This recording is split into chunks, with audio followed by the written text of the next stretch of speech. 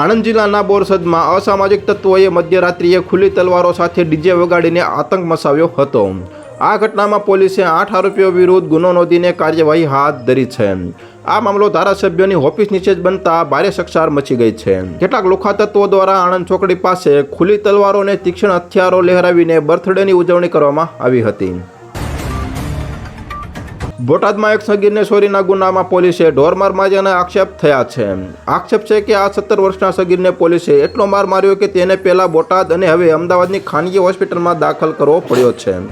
હોસ્પિટલમાં સારવાર હેઠળ રહેલા સગીરે નિવેદન આપતા કહ્યું કે તેને પોલીસે 7-8 દિવસ રાતે 2 વાગ્યાથી સવારે 8 સુધી માર માર્યો હતો અને એવો માર્યો કે તેની એક કિડની ફેલ થઈ ગઈ છે અને શરીરે ઈજાઓ થઈ છે। ભારતના સિંધુ જળને સ્થગિત કરવાના નિર્ણય પર પાકિસ્તાનની ચિંતા દિવસે ને દિવસે વધી રહી છે। સંયુક્ત રાષ્ટ્રમાં પાકિસ્તાન મિશનના કાર્યક્રમમાં સિંધુ જળ સંધિ પર ચર્ચા કરવામાં આવી છે। પાકિસ્તાનના પ્રવક્તાઓએ આ દરમિયાન કહ્યું કે ભારતે એકતરફી સંધિને સ્થગિત કરી દીધી છે। આવું કરતાં ભારતે આંતરરાષ્ટ્રીય પ્રતિબદ્ધતાઓની અવગણના કરી છે, જે ગંભીર ચિંતા ઊભી કરે છે। આ દરમિયાન પાકિસ્તાન દ્વારા સંધિ તોડવા અંગે ગંભીર પરિણામ આવવાની વાત કહેવામાં આવી છે।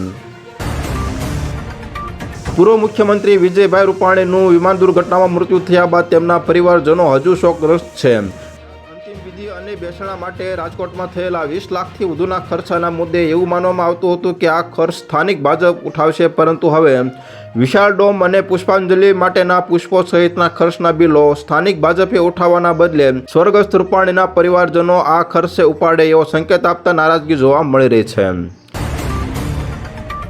રાજકોટ મનપાના શાસક પક્ષ ભાજપના ખજાનચીએ વાડ ચીબડા ગળતી હોય તેવા શેરીમાં દબાણ કરીને કાર પાર્કિંગ બનાવી નાખ્યું છે। લોકોને નડતર થાય તે રીતે દબાણ કરાયું હોવાની તેની ફરિયાદો ઉઠતા મનપાએ નોટિસ ફટકારી છે।